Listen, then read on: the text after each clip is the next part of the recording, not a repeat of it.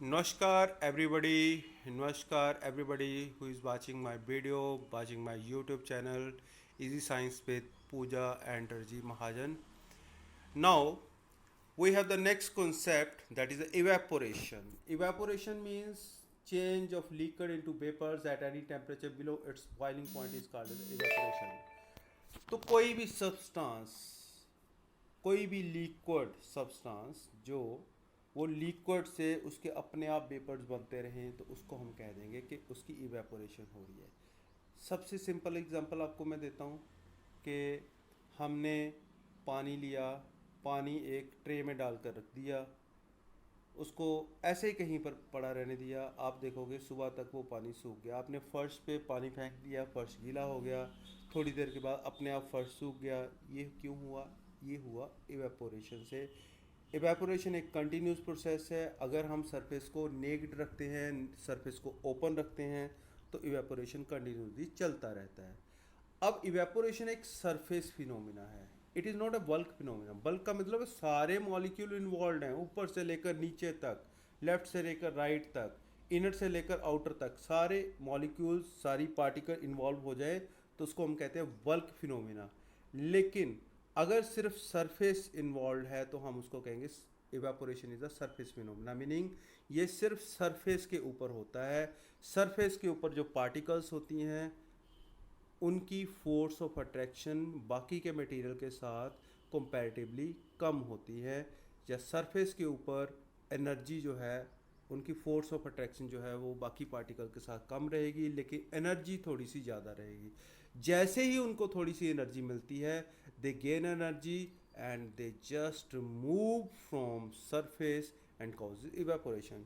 Just have a look, आप यहाँ पर देखिए, ये हमारे पास पानी है, पानी की सरफेस है, इसके ऊपर वाटर के मॉलिक्यूल आपको दिखाई दे रहे हैं। ये देखिए आप बड़े ध्यान से, ये देखिए वाटर के मॉलिक्यूल्स, ये सरफेस है हमारे पास।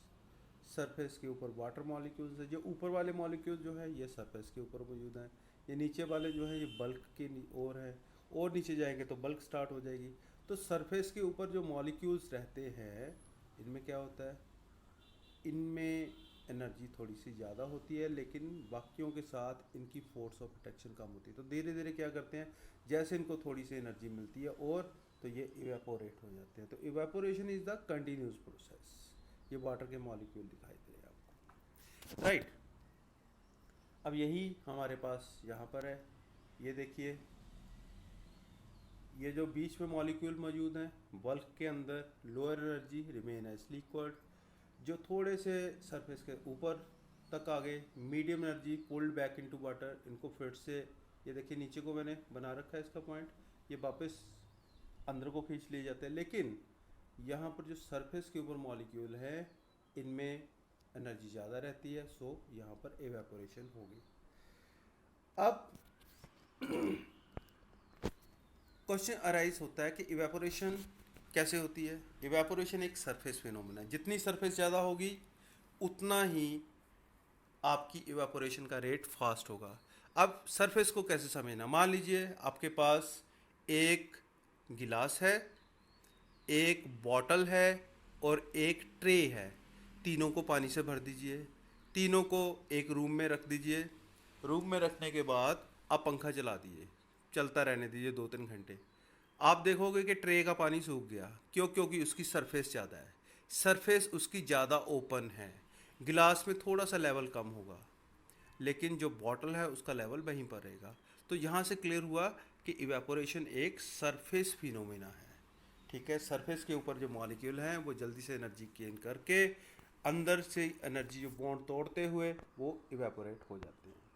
अब क्वेश्चन राइज होता है कि हमारे पास इवेपोरेशन जो है वो कौन कौन से फैक्टर के ऊपर डिपेंड करती है। The rate of evaporation depends upon surface area, temperature, humidity and wind speed. ये 4 फैक्टर हैं हमारे पास। सरफेस एरिया कितना है, टेम्परेचर कितना है, ह्यूमिडिटी कितनी है और विंड स्पीड कितनी है। इन चारों के चारों केसेस को हम जो है एक्सप्लेन करेंगे with the help of water weight clothes, कपड़े जो हमने पानी में भिगो रखे हैं। ठीक है, सिंपल सिंपल एग्जांपल दूंगा मैं, आपको इजीली समझ आ जाएगी। An increase in surface area, we know that evaporation is a surface phenomena, evaporation surface phenomena, ये आपको क्लियर हो गया। If the surface area is increase the rate of evaporation increases, surface area जैसे increase होता है sir तो साथ में इवेपोरेशन भी इंक्रीज हो जाता है। For example while putting cloth for drying up we spread them out, हम कपड़े सुखाने के लिए उनको अच्छी तरह से स्प्रेड करके रखते हैं। मैं इसका एक आपको बड़ा इजी सा एग्जांपल देता हूँ। आप ऐसा करिए, एक रुमाल लीजिए, एक और रुमाल लीजिए, दो रुमाल ले लेने, दोनों को वेट करिए, एक को फोल्डेड रहने दीजिए, ओके, एक को अच्छी तरह से स्प्रेड आउट करिए, दोनों को आप 2 घंटे के लिए कहीं पर रख दीजिए। आप देखोगे थोड़ी देर के बाद वहाँ पर देखोगे कि जो आपने फोल्डेड हैंकी रखा था that remain wet, however the hanky which you have spread out वो सूख गया। क्यों? क्योंकि उसमें सरफेस एरिया ज़्यादा था, जो फोल्ड किया हुआ था उसमें सरफेस एरिया कम था, इसलिए वो नहीं सूखा।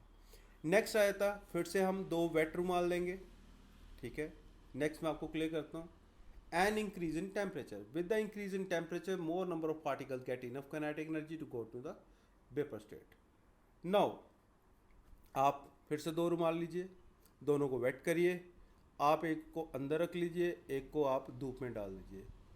जिसको आपने अंदर रखा था, चाहे सेपरेट करके रखा हो, जैसे मर्जी रखा हो, अंदर जो छांव के अंदर रखा होगा, रूम के अंदर रखा होगा, 2 घंटे में 3 घंटे में वो रुमाल नहीं सूखेगा।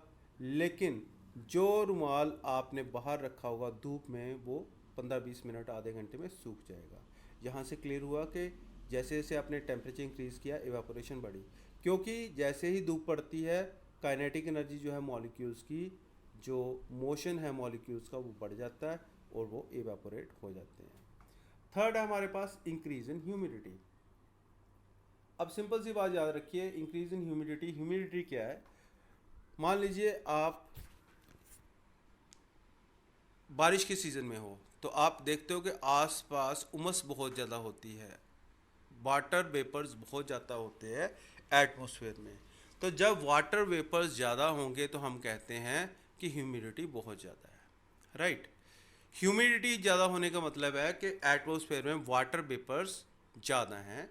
तो इसका अगर वाटर वेपर पहले ही ज़्यादा हैं तो नए वाटर वेपर्स नहीं बनेंगे, जब बनेंगे तो कम बनेंगे। तो हमारे पास क्या आता है? Humidity is the amount of water vapours present in the air. The air around us cannot hold more than a definite amount of water vapor at a given temperature. If the amount of water in air is already high, the rate of evaporation decreases. तो simple सी बात है, अगर water vapours air में ज़्यादा होंगे तो rate of evaporation कम हो जाएगा। अब इसको समझना है तो बरसात के दिनों में आप देखते हो कि अगर एटमॉस्फेयर में वाटर वेपर्स ज़्यादा हैं तो कपड़े सूखने में थोड़ा सा टाइम लगता है। क्यों? क्योंकि अगर ऑलरेडी वाटर वेपर्स एयर में हैं तो नए वाटर वेपर्स नहीं बनेंगे। ऐसा ही एक और फैक्टर है हमारे पास, increase in the wind speed. Simple सी बात है, आप फिर से 2 वेट रुमाल लीजिए, 2 वेट हैंकरचीफ लेने हैं, अपने हैंकी लेने हैं। एक हैंकी को आप उठा कर क्या करिए कि पंखे के नीचे रख दीजिए, जहाँ पंखा चला दीजिए, पंखे के नीचे रख दीजिए, ठीक है, और सीलिंग फैन के नीचे, और दूसरे को आपने ऐसे ही कहीं पर सेपरेट कर दीजिए। धूप में नहीं करना है, छाँव में कहीं और रख दीजिए। तो आप देखोगे जहाँ पर हवा चल रही है वहाँ पर हैंकी जल्दी सूख गया, क्योंकि हवा चलने से क्या होगा, क्लोथ जो हैं वो जल्दी सूख जाते हैं। आपने ये भी देखा होगा जिस दिन विंडी डे होता है, जिस दिन हवा चल रही होती है किसी दिन, तो आपने कपड़े जो बाहर सूखने डाले होते हैं वो जल्दी सूख जाते हैं, क्योंकि हवा अपने साथ जाते हुए वेपर्स को भी ले जाती है सराउंडिंग के। तो ये थे हमारे पास फैक्टर अफेक्टिंग द वेपराइजेशन